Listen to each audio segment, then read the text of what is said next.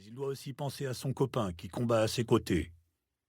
Nous ne voulons pas de lâches dans l'armée. Il faudrait les exterminer comme des mouches. Sinon, ils rentreront à la maison après la guerre, ces fichus couards, et ils feront d'autres trouillards. Les héros, eux, donnent naissance à des héros. Éliminons ces putains de mauviettes, et nous aurons une nation de braves.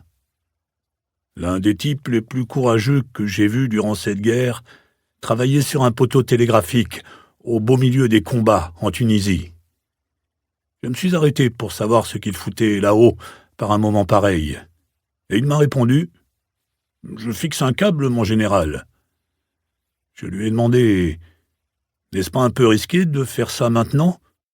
Et il m'a répondu « Oui, monsieur, mais ce satané câble doit être fixé. » J'ai demandé « Est-ce que ces avions qui mitraillent la route ne vous inquiètent pas ?» Et il m'a rétorqué « Eux, non. Mais vous, oui, mon général. » Voilà un vrai homme, un vrai soldat, qui a fait passer son devoir en priorité, même si son travail pourrait paraître insignifiant. Et vous auriez dû voir ces camions sur la route de Gabès. Leur chauffeur était magnifique. Il roulait jour et nuit sur ces fichues routes, sans s'arrêter, sans jamais hésiter sur l'itinéraire à emprunter, encadré par des explosions. Nous sommes passés grâce au bon vieux cran américain. Beaucoup de ces hommes ont conduit pendant plus de 40 heures. Ce n'étaient pas des combattants, mais ils avaient un boulot à faire, et ils l'ont fait, et sacrément bien. Ils faisaient partie de l'équipe. Sans ce travail d'équipe, sans eux, la bataille aurait été perdue. Quand tous les maillons sont solidaires, la chaîne devient incassable. N'oubliez pas, vous ignorez que je suis là.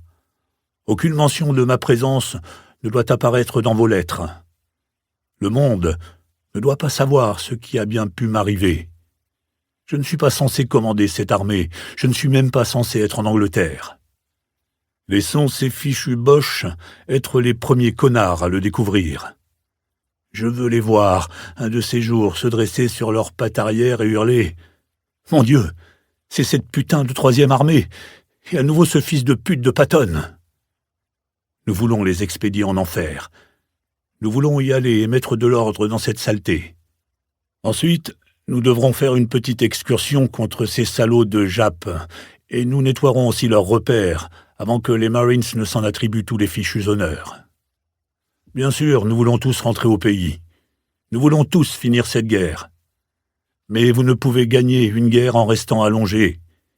Le moyen le plus rapide de le faire est d'aller choper les bâtards. Le plus vite ils sont exterminés, le plus vite nous rentrons à la maison. Le plus court chemin vers la maison passe par Berlin, et quand nous entrerons dans Berlin, j'abattrai personnellement ce gibier de potence de fils de pute d'Hitler, comme j'abattrai un serpent à sonnette.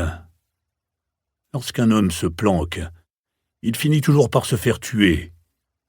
Au diable une telle idée, au diable un tel soldat. Mes hommes ne creusent pas des trous de combat. Je ne veux pas qu'ils le fassent, car s'enterrer ne fait que ralentir une offensive. Avancez, toujours et encore, et ne laissez pas le temps à l'ennemi de creuser. Nous gagnerons cette guerre en nous battant et en montrant aux Allemands que nous avons plus de couilles qu'eux. Nous n'allons pas simplement tuer ces fils de pute. Nous leur arracherons les tripes et nous graisserons les chenilles de nos chars avec. Nous allons liquider ces suceurs de queue à coups de pelle. La guerre est une chose sanglante et barbare. Vous devez faire couler leur sang, ou bien ils feront couler le vôtre. Quand les balles s'écraseront autour de vous, quand vous vous essuierez de la boue de votre visage et que vous réaliserez que c'est le sang et les tripes de votre meilleur ami, alors vous saurez quoi faire. Faites-moi confiance. Je ne veux pas recevoir de messages à la con disant « Je tiens ma position ». Nous ne tenons pas le moindre de ces foutus trucs. Laissons ça aux boches. Nous avançons constamment, et nous ne tenons rien d'autre que les couilles de l'ennemi.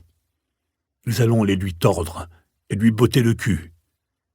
Notre plan consiste à avancer encore et toujours, et peu m'importe que nous passions sur, sous ou à travers l'ennemi.